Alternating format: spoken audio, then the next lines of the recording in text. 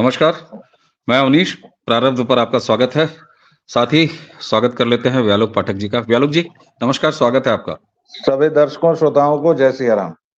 जी, दर्शकों, अगर मैं आपसे ये कहूँ कि आईएसआईएस बम्बई से केवल 50 किलोमीटर दूर है, तो आप हो सकता है चौंकें। लेकिन जिन लोगों ने समाचार माध्यमों में इसको पढ़ लिया होगा, हालांकि बहुत कम लोगों तक ये समाचार इसलिए गया है कि इसकी चर्चा बहुत कम जगह है भी।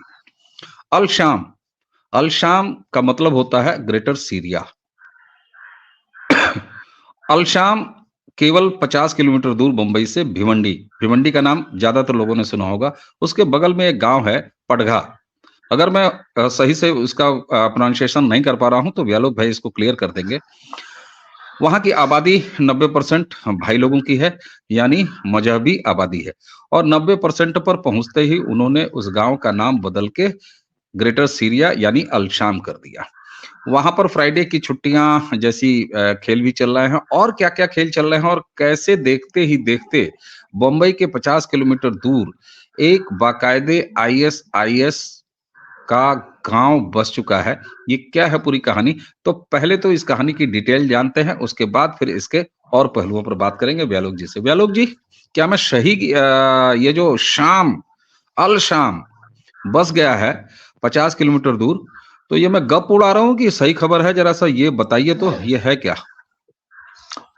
आप बिल्कुल सही खबर दे रहे हैं और आश्चर्य इस बात का नहीं है कि 90% होने के बाद उन लोगों ने अर्थात जो इस्लाम नाम के पॉलिटिकल थॉट को मानते हैं, जिसे मजहब का नाम दिया जाता है, और जो इस देश में 30% से ज्यादा होते ही वह ऐसा करते ही करते हैं। आपको किसी भी रिकॉर्ड को देखने की जरूरत नहीं है। आप थोड़ा सा गूगल करें, थोड़ी सी मेहनत करें, थोड़े से समाचार माध्यमों में चले जाएं, तो ये सब कुछ आपको मिल जाएगा।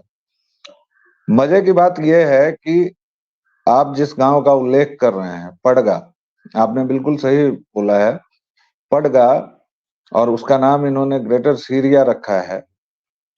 तो ये कहाँ पहुंचना चाहते हैं वो आप देख सकते हैं कि वहां के मुसलमान इस देश को अंततः सीरिया, यमन, इराक और ऐसे जो भी टूरिस्ट स्पॉट हैं, जो प्रगति और विकास के नए मिसाल रच रहे हैं, ईरान, वैसा ही देश बनाना चाहते हैं। और मजे की बात यह है कि ईरान में एक पड़िया नाम का गांव भी है, तो थोड़ा सा वो मिलता जुलता भी है। आश्चर्य की बात एक ये है कि इस पर कोई चर्चा नहीं हो रही है, जबकि एनआईए ने वहां से 40 से ज्यादा ड्रोन और तमाम गोला बारूद और ऐसे लोगों को गिरफ्तार किया है जिनकी पूरी योजना थी कि वो मिलजुल कर 26/11 यानी 26 नवंबर को जो मुंबई में कांड हुआ था, वह इसके सामने बहुत छोटा पड़ जाता। आप सोचिए कि अगर ड्रोन से हमला होने लगते पूरे मुंबई में या दिल्ली में कहीं होने लगे, तो सरकार के ऊपर कितनी बड़ी विपत्ति आती और सरकार फिर उसको कैसे रोकती। और ये खबर न्यूज चैनल्स सो कॉल्ड, हालांकि अब तो उन दो कौड़ी के न्यूज चैनल्स को न्यूज चैनल्स कहना भी अपराध है, तो जो ये इंटरटेनमेंट चैनल्स हैं, इनमें आपको कहीं ये खबर दिख रही है? और पिछले एक सप्ताह से ज्यादा समय हो गया, मतलब अब तो 10-12 दिन हो गए इस पूरे रेड को, और आपको कहीं ये खबर नहीं दिखेगी। जी, आपने चूंकि ये बात बिल्कुल सही कही कि कहीं भी स्थापित मीडिया में न इस पर बात हो रही है, न ये खबर ही प्रमुखता से दिखाई जा रही है, तो निश्चित तौर पे इस पर खबर भी बहुत कम अवेलेबल है। चूंकि व्यालोक जी, तो मैं चाहूंगा कि बस आधा मिनट आपसे लूंगा और सरसरी तौर पर मैं अपने दर्शकों के लिए इसकी खबर को, इसके जो मेन हाईलाइटेड पॉइंट है, जरा वो दर्शकों तक पहुंचा दूं। दर्शकों, बीते दिनों यानी 22 दिसंबर को एनआईए ने और 400 महाराष्ट्र पुलिस के जवानों ने इस गांव में रेड मारी, और रेड मारने के बाद करीब 45 से ज्यादा घरों को सर्च किया गया, और उस सर्च में मैप मिले बम्बई के, और पॉइंटेड मैप मिले जहां जगहें चिन्हित थी। जाकिर नायक के तमाम जो हैं वो ऑडियोज और वीडियोज मिले, बंदूकें मिली, तलवारें मिली, 68 लाख कैश मिला, 38 मोबाइल मिले, 51 हमास के झंडे मिले, 3 हार्ड डिस्क इंक्लूडिंग जैविस कम्युनिटी सेंटर का डिटेल्ड नक्शा और उसपे कहां-कहां से हमला किया जाएगा ये मिला। टेररिस्ट यूनुस, शहनवाज और इमरान ये 2 गायब हैं, जबकि इंट्रोगेशन के दौरान जुल्फिकार नाम का एक बार फिर पढ़ा-लिखा आईटी इंजीनियर जो पूरे बेस था, वो पहचाना गया कि वो इनका ट्रेनर था, वो इनका फाइनेंसर था और इनकी कुल योजना जो थी, जैसा कि व्यालोक जी ने बताया कि एक अच्छी खासी संख्या में वहां पे ड्रोन पकड़े गए हैं, बाकायदे वहां ड्रोन उड़ाने की और उसको निश्चित जगह पर गिराने की, उसके जरिए हमले कराने की एक पूरा प्रशिक्षण चल रहा था। तो ये समाचार है। अब आगे का हाल हवाल सुनते हैं व्यालोक जी से। जी। आपने इस समाचार में और इसके पहले एक जो वाक्य बोला उसको मैं थोड़ा सुधारना चाहता हूं। आपने ये कहा कि आईसिस जो है, जो इन लोगों का एक तरह से फिर से खिलाफत जो ला रहा है, खलीफा जो बन रहा है, जो स्वघोषित खलीफा है और उसको बहुत सारे मुसलमान मानते भी हैं। आपने कहा कि वो मुंबई से 50 किलोमीटर दूर है। नहीं जनाब, वो लखनऊ में भी है, वो पटना में भी है, वो केरल में भी है। ऐसे हर एक उस जगह है जिसको मुस्लिम मोहल्ला कहा जाता है।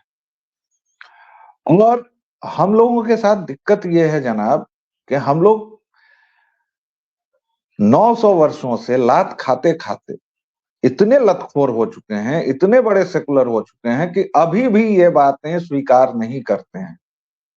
आप मुंबई की घटना को लीजिए, आपको याद होगा, दर्शकों को भी मैं याद दिला दूं कि मद्रास के पास एक गांव था, सॉरी चेन्नई, क्योंकि स्वघोषित जो वहां द्रविडियन मूवमेंट है वो तो मद्रास कहने पर भी गुस्सा आ जाएगा ना, उसको तो हिंदी भाषियों से चिढ़ है। लेकिन उसके घर में क्या हो रहा है, उसके पिछवाड़े में कैसे क्या हो रहा है और कहाँ कहाँ धनिया बोई जा रही है उसको तो पता नहीं है। वहां 1700 वर्ष पुराना एक गांव था। और इस्लाम नाम के पॉलिटिकल थॉट की उम्र कितनी है जनाब, ये जरा बता दीजिए मुझे। 600 ईस्वी में ये, मतलब इनके मैसेंजर आए ना, मोहम्मद तो 600 ईस्वी में हुए। उसके बाद आप जोड़ लीजिए, आज 1500 साल हुआ होगा लगभग। और व्यवस्थित तौर से इस पॉलिटिकल थॉट को मजहब का रंग दिया गया 300 साल बाद, ईरान में, इराक में और सब जगह मिला के, और मिस्र में। और वहां लोग बैठे, बाकायदा आयतें नाजिल हुई और सबको व्यवस्थित रूप दिया गया। इसको इसको भी लोग नहीं स्वीकारते हैं। लोग कहते हैं कि फलाना हुआ, ढिमाका हुआ, गधी पर कोई चले गए, कोई कहीं हो गया, मतलब वो सब सब साइंटिफिक बातें हैं। लेकिन हिंदुत्व की कोई भी बात हो तो वो अनसाइंटिफिक है, वो लोगों को भ्रमित किया जाता है, अंधविश्वास है। बहरहाल मैं उस पर नहीं जाऊंगा। 1700 वर्ष पुराना वहां एक शिव मंदिर था और बीमारी वही, 70% हो गई आबादी। 40% से होते ही इनके अंदर का सुलेमानी कीड़ा बाहर आ जाता है। ये जब तक 10% रहते हैं तब तक ये माइनॉरिटी रहते हैं, बड़े अच्छे रहते हैं, गजलें, बिरयानी और सूफी मत। और इनका सूफीज्म जो है वो कभी, इनके निजामुद्दीन का इतिहास उठाइए, जिसको ये लोग औलिया कहते हैं। क्यों औलिया कहते हैं वो देख लीजिए। कभी वो जो हिंदू चढ़ाने जाते हैं ना चादर अजमेर में, वहां भी तो कोई शरीफ है ना, उसका इतिहास थोड़ा झांकिए। और इन लोगों का देखिए, अजमेर शरीफ, आप अजमेर नहीं कह सकते हैं, अजमेर शरीफ है, निजामुद्दीन शरीफ है। और अयोध्या जी कहेंगे आप तो आप पिछड़े हो जाएंगे। अरे ये तो फिर भी शराफत है इनकी कि कुछ नामों के आगे ये शरीफ लगाने पर मजबूर करते हैं। इनके यहाँ तो थूक मुबारक है, जी इस्तिंजा मुबारक है, जी पेशाब भी मुबारक है। बिल्कुल। तो अब आप कम से कम मैं तो इनकी शराफत को नमन करूंगा कि इन्होंने मतलब अच्छा किया कि कम से कम नाम के आगे श्री वरी हजरत वजरत लगाने नहीं देते हैं, है ना जी। जी, तो वहां 1700 साल पुराना मंदिर था, शिव मंदिर। उसको भाई लोगों ने कहा कि ये वक्फ की प्रॉपर्टी है, अब लीजिए। माने तुम्हारी पैदाइश के 200 वर्ष पहले से, और ये एकदम डॉक्यूमेंटेड है। ये वैसा नहीं है जो ये लोग कहते हैं ना कि हिंदुओं को तो हिस्ट्री का बोध नहीं है और हम अरबों ने सिखाया। मतलब यहीं से आप गणना की पद्धति ले गए और आप उसको अरेबिक न्यूमेरिकल्स कहते हैं, क्योंकि आप ही से ज्यादा बर्बर या आप ही से ज्यादा पिछड़ी एक और कौम थी यूरोपियन बर्बरों की, तो उनको जो समझ में आया उन्होंने कह दिया, तो आप कहेंगे कि हिंदुओं के पास तो इतिहास लेखन की परंपरा ही नहीं थी। बहरहाल फिर से मैं कहूंगा कि आपने कहा है कि 20 मिनट में पूरी बात समेटनी है। इस सब विषय पर जब मैं बोलना शुरू करता हूं तो मेरे अंदर इतनी सारी चीजें आती हैं और हिंदुओं की मूर्खता मूर्खता पर इतना रोष आता है कि मैं उसको बांधने की कोशिश करता हूं। बहरहाल आपके पैदा होने से 200 साल पहले कोई ये कह रहा है कि फलानी प्रॉपर्टी इसकी है, यही काम इन्होंने किया था, और सरकार उस पर कुछ नहीं बोल रही थी। तमिलनाडु की, ध्यान दीजिएगा, मद्रास हाईकोर्ट को तरस आ गया, तब उन्होंने कहा कि ये क्या बवाल है भैया, तुम्हारी कौम, तुम्हारा सो कॉल्ड मजहब, तुम्हारा पॉलिटिकल थॉट तो तब पैदा ही नहीं हुआ था, तब तुम कैसे इस पर दावा कर रहे हो। और ये 1995 का वही वक्फ बोर्ड कानून है, कांग्रेस की देन, जिसके तहत अगर वो मेरे माथे पर वक्फ वाला आके लिख देगा ना कि ये मेरी प्रॉपर्टी है, तो वो मैं वक्फ की प्रॉपर्टी होऊंगा। उसको नहीं साबित करना है कि मैं वक्फ की प्रॉपर्टी हूं। और जो लोग भी सुन रहे हैं, और ये जो आपने आज एक शब्द का अंग्रेजी बहुत अच्छा सुनाया था, तो ये जो रवीश, अजीत अंजुम, पजामा शेरवानी टाइप के लोग सेकुलरिज्म सेकुलरिज्म बखाड़ते हैं ना, इनको ये पता होना चाहिए कि 1700 वर्ष के मंदिर को मद्रास हाई कोर्ट ने बचाया। लेकिन वो कब तक बचेगा? 70% है, कल को 90% होंगे। उस मंदिर के आसपास ये हड्डी फेंकेंगे, ये वहां मांस फेंक देंगे, कुछ भी कर देंगे। अभी यूपी में सो कॉल्ड फांसीवाद चल रहा है, तब इन्होंने गाजियाबाद में एक इनके नुमाइंदे ने क्या किया था मंदिर के आगे, और किस तरह से उसको अपवित्र करने की कोशिश की थी। तो इनका एक पैटर्न है, 10% तक ये बहुत सभ्य, सुशील, प्रजातांत्रिक और भाईचारे वाले रहते हैं। 20% से ये अपना रंग दिखाते हैं, जो रजाकार ओवैसी और तमाम लोग दिखा रहे हैं कि एक दिन तो हम साहिबे मसनद बनेंगे और फिर 400 वर्षों का हिसाब लिया जाएगा। इनके हिसाब से तो हिंदू धोखेबाज कौम है ना भाई। इन लोगों की सत्ता थी और हिंदुओं ने अंग्रेजों के साथ के और इसको धर्मनिरपेक्ष बना दिया, सत्ता ले ली, फलाना कर दिया, ढिमाका कर दिया। आप समझ रहे हैं?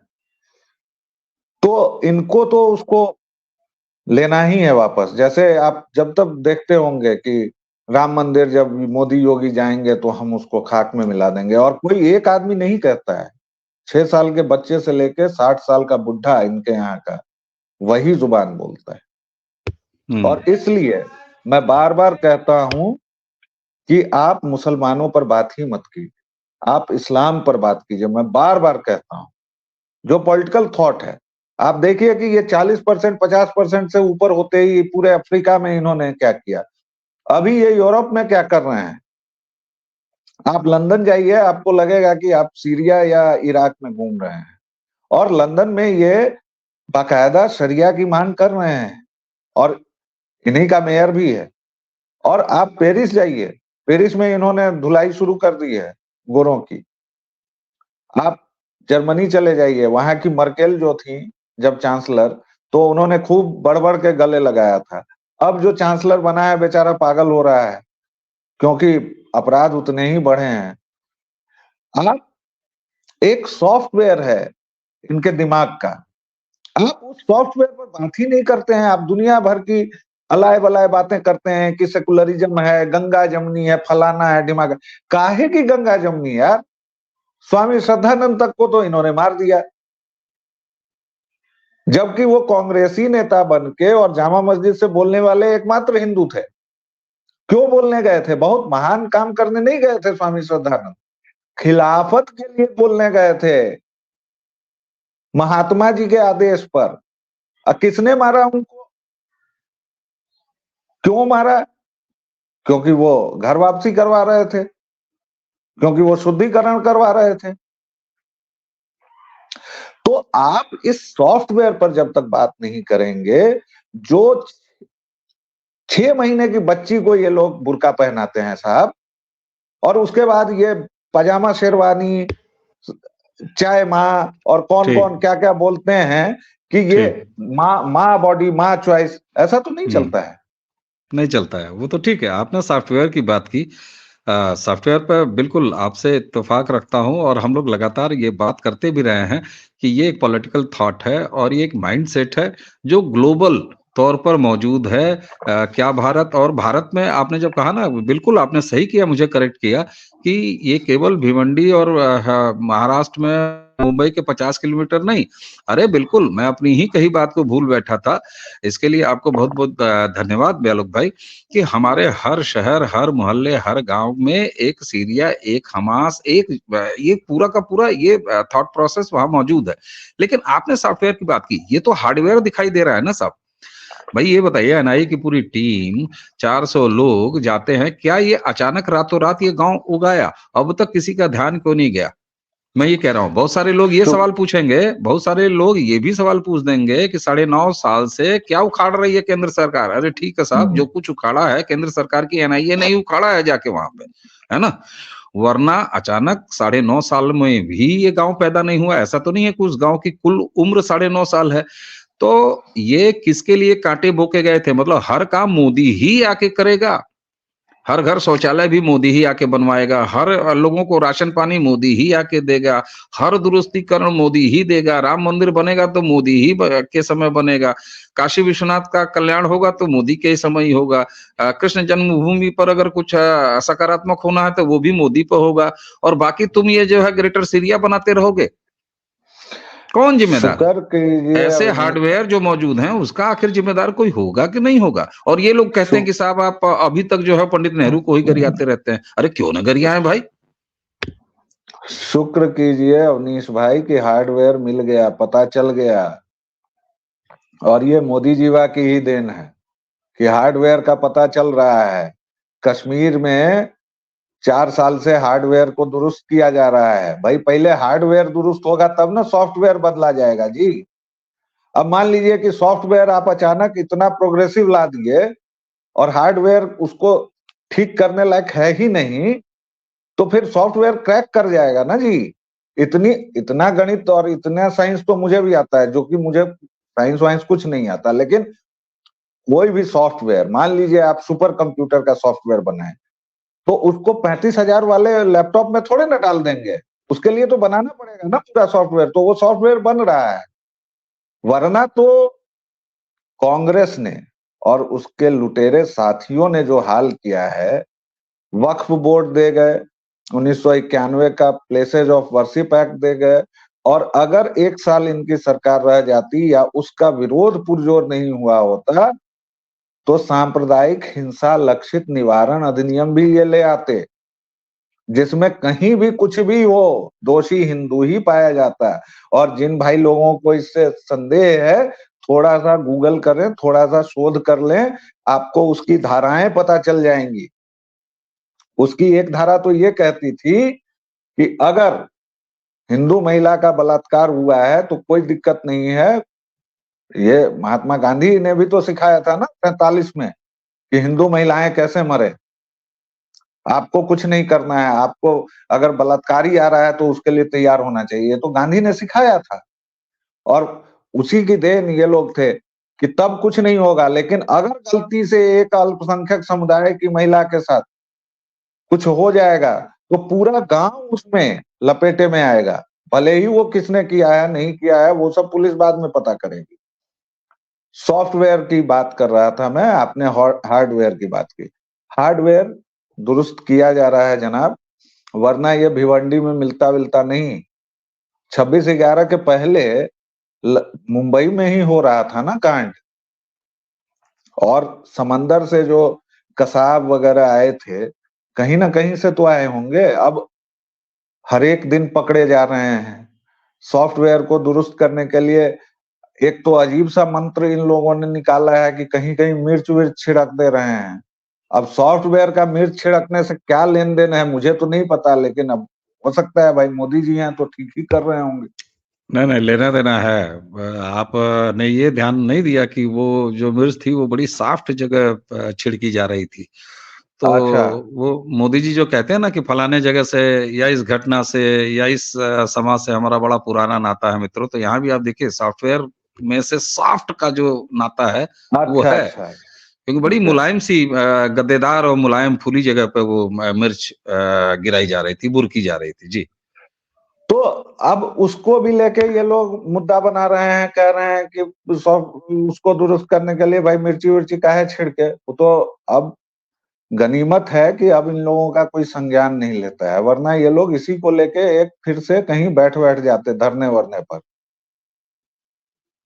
क्यों न छिड़की जाए मिर्च यार, तुम पूरे समय देश के खिलाफ, समाज के खिलाफ, तुम्हारा कोई काम ही नहीं है। भिवंडी में तुम पकड़ में आ गए। आजमगढ़ मॉड्यूल याद है दर्शकों को? दरभंगा मॉड्यूल याद है? दरभंगा के एक पूर्व सांसद पर आरोप है कि उसका आईएसआई से संबंध था, और दरभंगा के उस सांसद और सिवान का जो वो सो कॉल्ड अब्बा हुजूर था शहाबुद्दीन, मरहूम हो गया, वो डॉक्टर शहाबुद्दीन जो थे साहब, उनके घर से उनके ऊपर जब पुलिस ने दबिश मारी थी तो AK-47 और क्या क्या निकला था। और अभी अगर मैं एक और कटु सच बोल दूंगा तो फिर हो सकता है कि मुझ पर मुकदमा हो जाए। भाई आपके तथाकथित सो कॉल्ड आप वहां जाते हैं इबादत करने ना, आपके इबादत गाहों को अगर जांचा जाता है तो वहां से पत्थर क्यों निकलते हैं? और कहीं भी कोई भी अचानक से मान लीजिए कि रामनवमी की शोभा यात्रा निकल रही है और तथाकथित, क्योंकि अब तो हमारे देश में कहा जाने लगा है ना मुस्लिम मोहल्ला, और उससे तुम क्यों निकालते हो, उससे भावनाएं आहत हो जाती हैं, तो इससे अच्छा जजिया कर लागू कर दो ना भाई। ठीक बात है, तुम अगर बिल्कुल ठीक बात भावना है। आहत करने की बात कर रहे हो तो ठीक बात। सॉफ्टवेयर और इसकी जहां तक बात है, अब इस बात को कंक्लूजन की तरफ अगर मैं ले जाऊं तो भिवंडी हो या मद्रास का वो गांव हो या केरल फाइल्स हो, हुँ, जिसको इन हुँ, लोगों ने इतना हल्ला किया, केरल हुँ, से लड़कियां गई ना ठीक आईसिस बात। में भर्ती होने, और हुँ, हर एक जगह से जाती हैं, और वो तो बेचारे ने डर के वो संख्या हुँ, कम कर ली या कहा कि हमारा मतलब नहीं, लेकिन ठीक, वहां अभी भी पिज्जा की दुकान चलाने वाला चलाता है ना। बिल्कुल ठीक बात है। तो ये एक भरोसा तो रखा जा सकता है ना कि अब हार्डवेयर जो है इस तरह से पहचाने जा रहे हैं और किसी भी एक व्यवस्था के लिए, किसी भी एक सरकार के लिए 9.5 साल का कोई मियाद नहीं होता है, जब इतने सालों का मवाद इकट्ठा हो।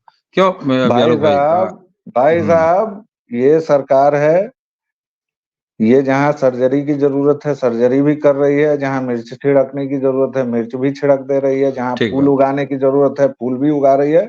और हुँ, इस पर भरोसा रखने के साथ इस देश के 3 कौड़ी के धिम्मी हिंदुओं को भी जागने हुँ, की जरूरत है, कुछ करने बिल्कुल। की जरूरत है। बिल्कुल, बिल्कुल। तो व्यालोक भाई इसी के साथ चलिए एक बार प्रेम से ज़रा-सा नारा लगा दिया जाए। वो जो रात के पहर में हमारे मोहल्लों की, हमारे कॉलोनियों की सुरक्षा में सुनाई देने वाला नारा लगता है, जो हम फ़िल्मों में सुनते आए, जो हम नाटकों में सुनते आए, ऐसे मुँह करके जागते रहो, इस टाइप का ये माहौल जागते बनाना रहो। पड़ेगा। जी। बिल्कुल।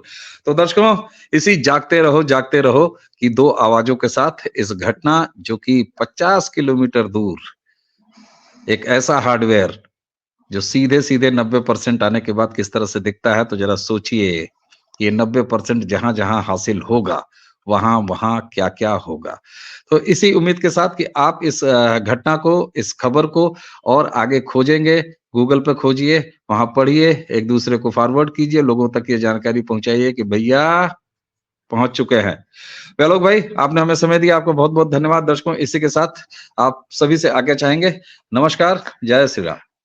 सावधान रहिए, जागते रहिए।